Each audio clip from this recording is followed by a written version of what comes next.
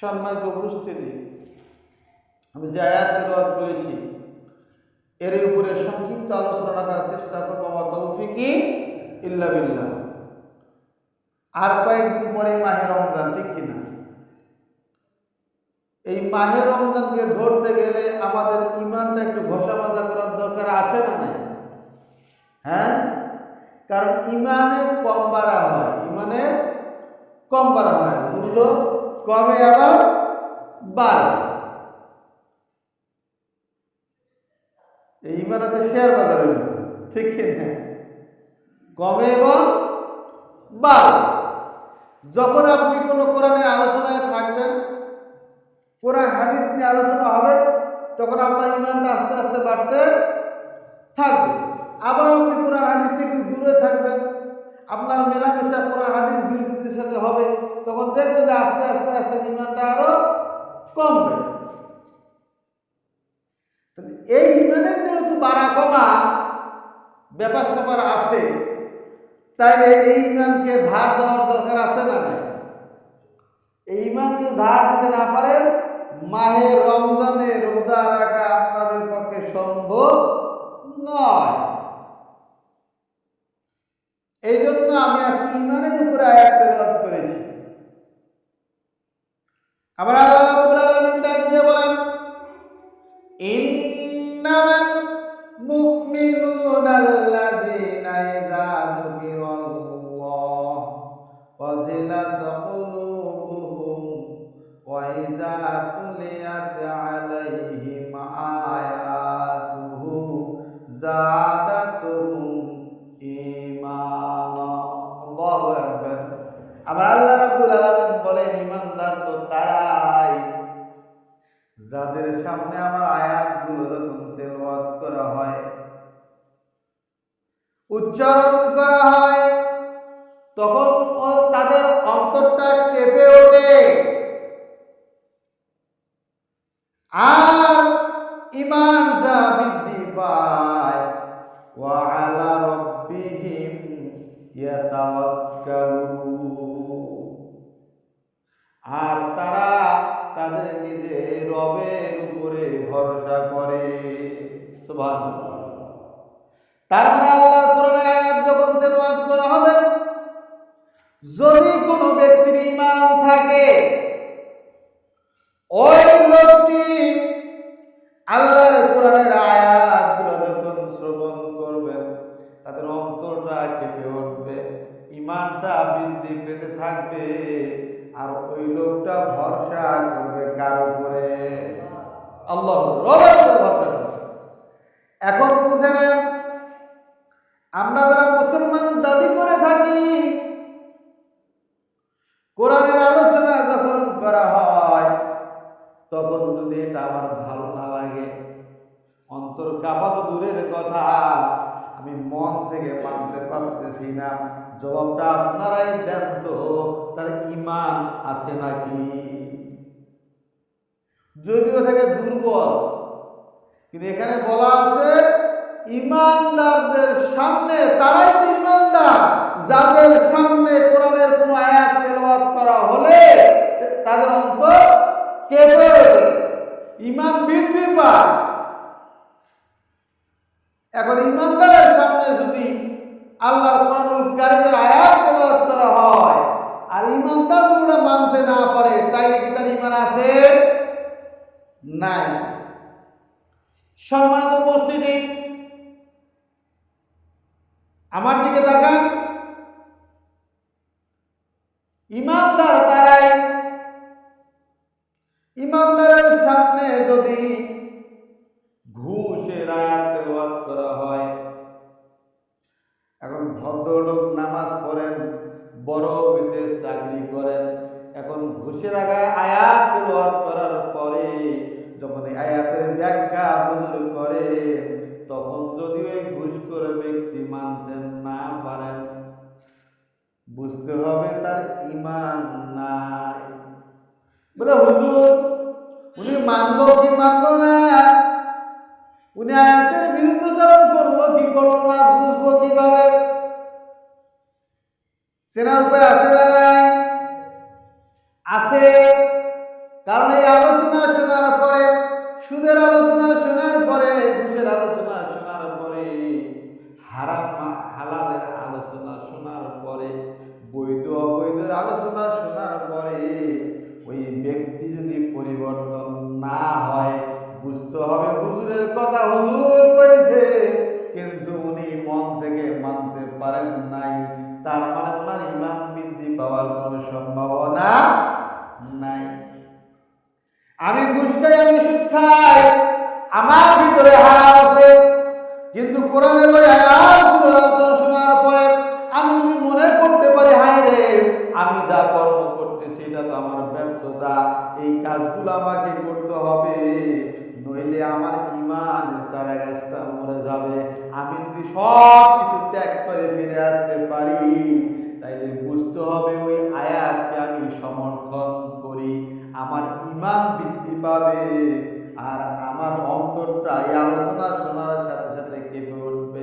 কেঁপে ওঠা মানে কি ভূমিকম্প হওয়া নয়, কেঁপে ওঠা মানে আপনাকে সজাগ করে দেয়া যে আপনি কোন পথে আছেন, এই পথ থেকে ফিরে আপনি কোরআনের পথে আসেন, কোরআন আপনাকে যা বলেছে তাই আপনি শোনেন, যদি মানতে পারে তাইলে আপনার ইমান বৃদ্ধি পাবে।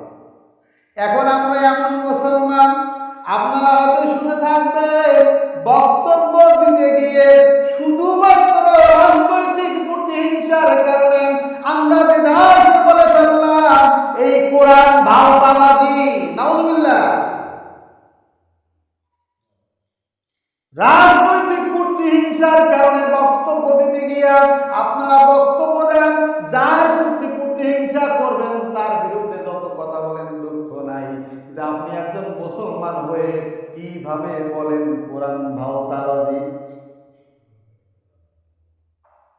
কারণ কোরআন আপনাকে টাইপ করার জন্য দুনিয়ায় আসছে, আপনার মতো বন্ধুদেরকে টাইপ দেওয়ার জন্য কোরআন দুনিয়ায় আসছে। এই কোরআন মানবেন না, দুনিয়ার মধ্যে করে কোরআনকে ভাওতাবাজি বলবে, কবরে আগে যায় দেখেন যাওয়ার সঙ্গে সঙ্গে আপনাকে ধরে ফেলবে, ঠিক না? কারণ যদি এই কোরআন যারা অধ্যয়ন করে, কোরআন যারা মানে, কবরে কোরআন তাদের পক্ষে দাঁড়াবে কি দাঁড়াবে না? দাঁড়াবে না। তাহলে কোরআন যদি আপনি মানেন, কোরআনের আয়াতগুলো যদি আপনি পড়েন, কোরআনকে আপনার জীবনে যদি আপনি জীবদ্দশা যদি রেখে মানেন, কোরআন যদি আপনার কবরে আপনার পক্ষে দাঁড়ায়, যারা কোরআনকে ভাওতাবাজি বলে দুনিয়ার সামান্য লোভ লালসার কারণে, নেতাগিরির কারণে, ওরা মরার সঙ্গে সঙ্গে কোরআনুল কারীম কিতাবের বিরুদ্ধে দাঁড়াবে না? দাঁড়াবে না? অবশ্যই দাঁড়াবে। কারণ সামান্যতম ইমান যদি কারো থাকে, ওই লোকটা অন্তত আর যাই করুক কোরআনকে ভাওতাবাজি বলতে পারে না, সেটা যে দলেরই হোক। আমি কোনো দলের নাম ইন্ডিকেট করতেছি না, কারণ যে বক্তব্য দিয়ে সে অপরাধী, ঠিক কিনা? হ্যাঁ, কারণ ওই দলে তো অনেক মুমিন আছে, মুসলমান আছে, তারা তো বলে নাই যে আমার কোরআনকে ভাওতাবাজি বলো। তবে দুঃখজনক হলেও সত্য যে তাদের দলের পক্ষ থেকে তাকে এখনো বহিষ্কার করা হলো না। কেন? এই কোরআনকে অপমান করার কারণে তাকে এখনো গ্রেফতার করা হলো না কেন? এটা জাতি জানতে চায়, ঠিক কিনা? আমরা মুমিন, আমাদের ইমানটা দুর্বল হতে পারে, কিন্তু আমাদের কোরআন নিয়ে কেউ যদি কথা বলে আমরা তাদেরকে ছেড়ে দেব না। একজন লোক ইমান আছে, নামাজ মাঝে মাঝে পড়ে, মাঝে মাঝে পড়ে না, ওকে যদি বলেন যে ভাই কোরআনুল কারীমটা একটু ধরেন তো, ওই কিন্তু বলে ভাইয়া আমি ওইটা ধরতে পারবো না। ভয় করে কি করে না? যে আমার হয়তো শরীরটা পাক নাই, আমি আর নামাজ পড়ি নাই, কি গোসল করি নাই, আমি ওই ধরতে পারবো না। ভয় আছে, এটা আল্লাহ তাআলা এই জন্য ধরে না, যথেষ্ট ভয় করে। যে লোকটা দ্ব্যর্থহীন কণ্ঠে কোরআনকে এইভাবে কটাক্ষ করে কথা বলে, ওর কি ভয় আছে? ওর খালি চেয়ার কানে আসবে নাকি? হ্যাঁ বেটা, চেয়ার কুড়াবে না, কবরে আগে যাও, ওই চেয়ারের কুড়া ভাঙি রাখাবে মাথা। সম্মানিত ভাই, আমি যে কথা কথাটা বলতেছি, আল্লাহর কোরআনুল কারীমের আয়াত তেলাওয়াত করলে ঈমানদার ঈমান বৃদ্ধি পায়। ওই ঈমানদার সর্ব অবস্থায় ভরসা করে আল্লাহর উপরে। আজকে খাবার নাই, ভরসা কার উপরে করা লাগবে? রিজিকের মালিককে। আপনি আল্লাহর উপর ভরসা করেন, রিজিক অন্বেষণ করে, আমরা আল্লাহ রাব্বুল আলামিন আপনাকে উত্তম রিজিকের ফয়সালা করে দেবে। সুবহানাল্লাহ। কিন্তু আমরা পারি না কেন? আমরা আল্লাহর উপরে ভরসা করি না, আমরা মানুষের উপরে ভরসা করি, যার কারণে উত্তম রিজিক হয় না। রিজিক হয়, উত্তম রিজিক হয় না। সম্মানিত উপস্থিতি, আল্লাহর উপর ভরসা করতে গেলে তার প্রতি আপনাকে ফুলফিল ভাবে সারেন্ডার করা লাগবে। আল্লাহ যে সব কিছুই করেন, আল্লাহকে সব কিছুই দেন, এটা মনে প্রাণে বিশ্বাস করা লাগবে। আজকে আল্লাহ রাব্বুল আলামিন ইবাদতের জন্য বিভিন্ন রকমের পন্থা আমাদেরকে দিয়েছেন। আজকে জুমার দিন আমরা সবাই আসছি, আমি আলোচনা করতেছি, এটাও একটা ইবাদত, ঠিক কিনা? এরপরে জুমার নামাজ পড়বো, এটাও ইবাদত। যাদের টাকা আছে হজ করতে যাবেন, ওটা ইবাদত। অর্থ আছে যাকাত দেবেন, এটা ইবাদত।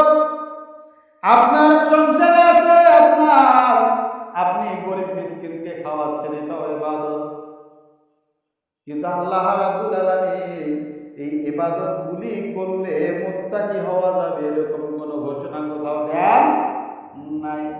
এক জায়গায় ঘোষণা দিয়েছেন, বান্দারে যদি তুমি রোজা রাখতে পারো, সাওম যদি পালন করতে পারো, সঠিকভাবে যদি করো, লাআল্লাকুম তাত্তাকুন, সম্ভব তুমি মুত্তাকি হতে পারবে। সুবহানাল্লাহ। রোজা যদি আপনি রাখেন, মুত্তাকি হতে পারবেন। মুত্তাকি কাকে বলে? আল্লাহকে যারা যথাযথ ভয় করে। আল্লাহকে যদি যথাযথ ভয় করা যায়, তাইলে মুত্তাকি হওয়া যাবে। নামাজ পড়লে আল্লাহ বলছেন, ইন্না সলাতা তানহা আনিল ফাহশাই ওয়াল মুনকার। নামাজ শুধুমাত্র তোমাদের যাবতীয় অশ্লীল বেয়াদবি, খারাপ কাজ থেকে বিরত রাখতে পারে। এখানে মুত্তাকির কথা বলেন নাই। আপনি নামাজ পড়েন, সুদের টাকা বসাতে যাবেন, চিন্তা করতেছেন, না রে এখন আমি নামাজ পড়ি 5 ওয়াক্ত, আমার দ্বারা আর সুদ খাওয়া যাবে না, মানুষের শুনলে খারাপ হবে, আমার আল্লাহর কাছে জবাবদিহি করা লাগবে, এটা দেওয়া যাবে না, বন্ধ থাক, বন্ধ হবে না। আপনি নামাজ পড়েন, কোদাল আপনার কথা শুনে নাই এতদিন, এখন নামাজ পড়ার কারণে কোদাল আপনার কথা শুনবে। আপনার কোদাল যাতে করে অন্যের মালিয়া জমি 1 ইঞ্চি না কাটে। কোদাল আর কাটিস না, এতদিন আমি নামাজে ছিলাম না, যার কারণে তুই কাটছিস। এখন তো আমি নামাজ আদায় করি, সালাত কায়েমের আন্দোলন করি, কোদাল আর মাল্লি কাটা যাবে না। নামাজ ওখান থেকে ফিরে আনতেছে।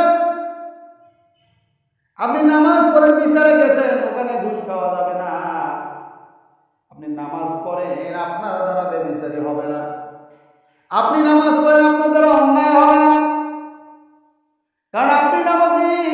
আপনার মুখে দাঁড়িয়ে আছে, মাথায় টুপি আছে, সুন্নতি লিবাস আছে।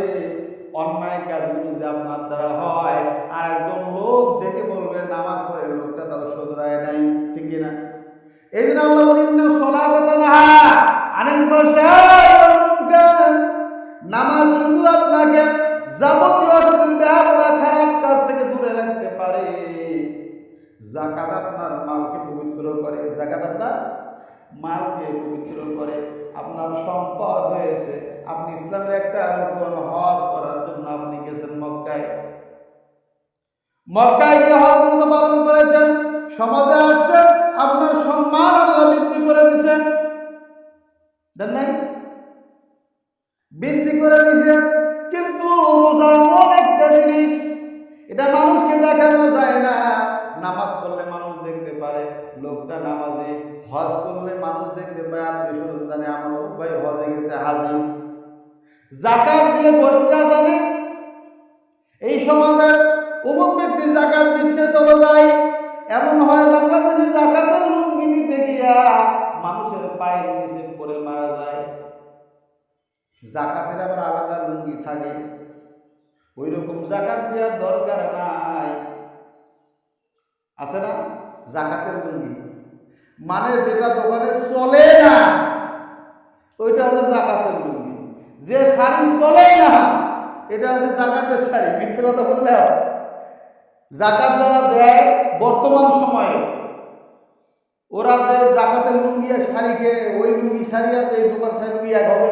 আপনার তো ব্যবসা করেন, তার মানে হচ্ছে কে বলেছে আপনাকে জাকাতের জন্য লুঙ্গি কেনার জন্য, ওই শাড়ি কেনার জন্য? হ্যাঁ, এই রাষ্ট্রের জাকাত ভিত্তিক অর্থ ব্যবস্থা চালু নাই, আপনি নিজেই দিতে চাচ্ছেন তো দেন, ভালো মানের কাপড় নিয়ে আসেন। সমাজে আপনার গরিব লোক বাছাই করে, আপনার বাড়িতে ক্যামেরা বন্দি করে দেওয়ার দরকার নাই, নিজে উদ্যোগ নিয়ে বাসায় পৌঁছায় দেন, আপনার জাকাত আল্লাহ কবুল করবে। সুবহানাল্লাহ। কিন্তু তারা মিডিয়া দাঁড় করে আনে আর জাকাতের লাইন ধরে দেয় যে কাল সকালবেলা জাকাতের লুঙ্গি দেবে আর শাড়ি দেবে। খাইলে ভিড়, তাইলে জাকাত আপনি দিচ্ছেন তা মানুষ জানে, কিন্তু আপনি যখন রোজা রাখবেন, রোজা রাখার ব্যাপারে আপনারা নিজের স্ত্রীও বলতে পারবে না যে আমার স্বামী রোজা আছে না নাই, পারবে? কতক্ষণ লাগে? রোজা এমন একটা ইবাদত, আপনি সিঁড়িতে উঠছেন, বাড়ির সবার সঙ্গে আপনি সিঁড়ি খাইছেন, সকালবেলা আপনি আপনার কাজে বের হয়ে গেছে, সন্ধ্যার সময় বাসায় আসলে ইফতারি করলেন, আপনার স্ত্রীও জানবে না, আপনার সন্তানও জানবে না যে আমার বাবা রোজা ভাঙছে না এখনো আছে। কারণ আপনি যদি মনে করেন হোটেল জমজমে গিয়া দুপুরবেলা এক প্যাক মারেন, কেউ জানবে? এই জন্য আল্লাহ বলছেন রোজা শুধুমাত্র আমার জন্য, আয়টার প্রতিদান আমি আল্লাহ নিজের হাতে দেব। সুবহানাল্লাহ। আল্লাহ যেহেতু নিজের হাতে দেবে, সেহেতু এখানে কোনো গাফালাতি চলবে না। আপনাকে রোজা যদি আপনি রাখতে পারেন, আপনার রোজার প্রতিদান আল্লাহ রাব্বুল আলামিন দেবে। সুবহানাল্লাহ। আচ্ছা বলেন তো, আপনি নদীতে ডুব দিচ্ছেন রোজা অবস্থায়, দুনিয়ার কোনো মানুষ কি আপনাকে দেখতে পাবে? পারবে? আপনি চিন্তা করবেন দুনিয়ার কোনো মানুষ তো দেখতেছে না, আর এই পানির ভিতরে অন্ধকারে আর কে দেখবে? বড়ই পিপাসা তো লাগছে, এক ঢোক পানি খাই।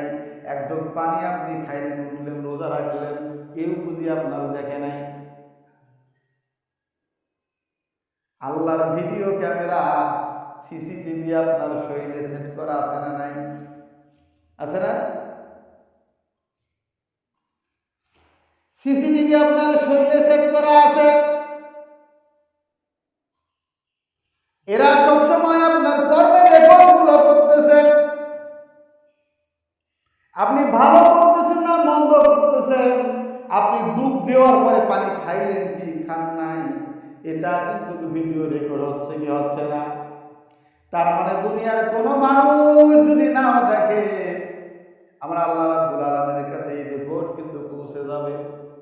আল্লাহ কিয়ামতের দিন ডাক দিয়ে বলবেন, ইকরা পড়ো কিতাবাকা, তোমার কর্মের রেকর্ড।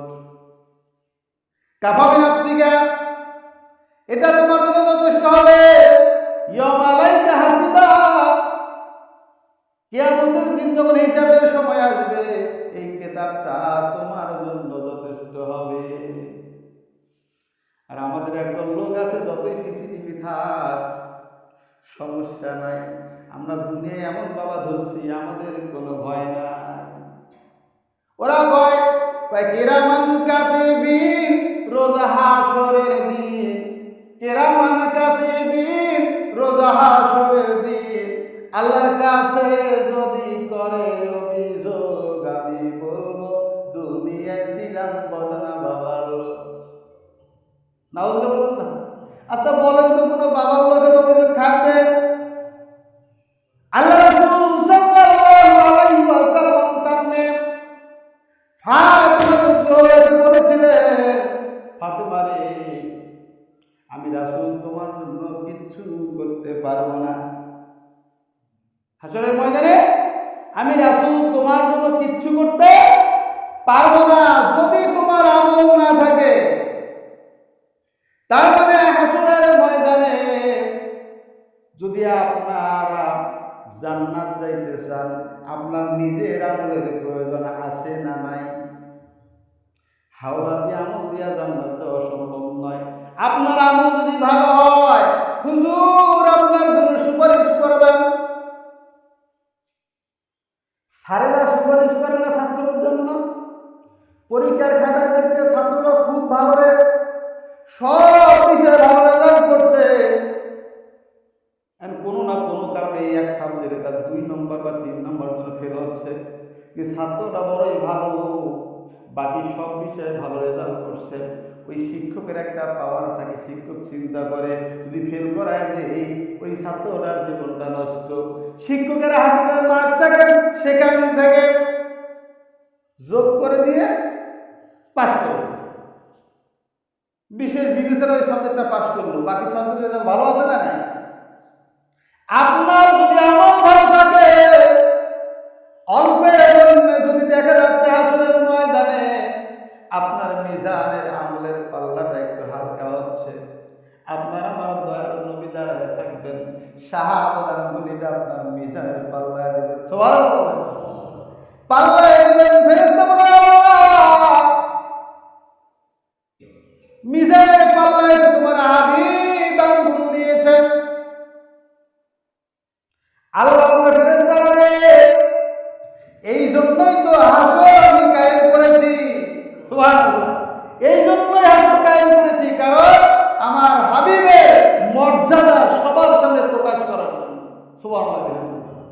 কিন্তু যদি পাল্লা কিছুই না থাকে, হবে? হ্যাঁ, থাকতে হবে, ঝোলায় কিছু করি থাকা লাগবে। এই জন্য আমি যে কথাটি বলছি, রোজা এমন একটা ইবাদত, যে ইবাদত দুনিয়ার কোনো মানুষ জানে না, কিন্তু জানে একমাত্র আল্লাহ। এটা গোপন একটা ইবাদত। হাদিসে কুদসিতে আল্লাহ এই কারণেই বলেছেন যে রোজাটা আমার জন্য, আর এর প্রতিদান আমি আল্লাহ নিজেই দেব। সুবহানাল্লাহ। আল্লাহ যদি নিজে হাতে প্রতিদান দেন, আল্লাহ যদি কম দেবেন? কারণ বান্দার প্রতি সন্তুষ্ট হওয়ার পরে আল্লাহ তাকে প্রতিদান দেবেন নিজের পক্ষ থেকে, এটা ছোট কোনো প্রতিদান হতে পারে না। আর রোজা আছে বিদায় আল্লাহ রাব্বুল আলামিন এই প্রতিদান দিচ্ছেন, তার মানে ওই লোকটি মুত্তাকি। সুবহানাল্লাহ বলেন। আর মুত্তাকিরাই রায়্যান নামক দরজা দিয়ে জান্নাতে যাবে। সুবহানাল্লাহ ওয়া বিহামদিহি। সম্মানিত উপস্থিতি, আসুন, আমাদের ইমানের সারা গাছটা তাদের দুর্বল হয়ে গেছে, ইমানটাকে ধার দেওয়ার সময় আসছে। বেশি বেশি কোরআনুল কারীম তেলাওয়াত করেন, অথিলা কুলুবুহুম, আপনাদের অন্তর কেঁপে উঠবে, যাদাতুহুম ঈমানান, আপনার ঈমানটা বৃদ্ধি পাবে। বলুন সুবহানাল্লাহ বিহামদিহি। এই জন্য মেলামেশা করতে হবে কাদের সঙ্গে? কোরআন বিরোধীদের সঙ্গে, যারা কোরআনকে ভাওতাবাদ বলে তাদের সঙ্গে, যারা কোরআন অধ্যয়ন করে, কোরআন মাফিক জীবন গড়ার চেষ্টা করে, আল্লাহর জমিনে আল্লাহর কোরআনকে প্রতিষ্ঠিত করতে চায়, এই সমস্ত লোকদের সাথে মিলবেন, সবসময় কোরআনের কথাই শুনবেন, ঈমান বৃদ্ধি পাইতে থাকবে। আর যদি কোরআন বিরোধীদের সঙ্গে মেশেন, সারাদিন তো গল্প করবে কোরআনের বিরুদ্ধে, আলেম ওলামার বিরুদ্ধে, আপনার যা ঈমান ছিল আস্তে আস্তে কমতেই থাকবে। আসুন আল্লাহ রাব্বুল আলামিন আমাদের প্রত্যেককে ঈমান বৃদ্ধি করার তৌফিক দিবেন। আমিন। কোরআনুল কারীম অনুযায়ী নিজের জীবনটাকে করার তৌফিক দিবেন। আমিন।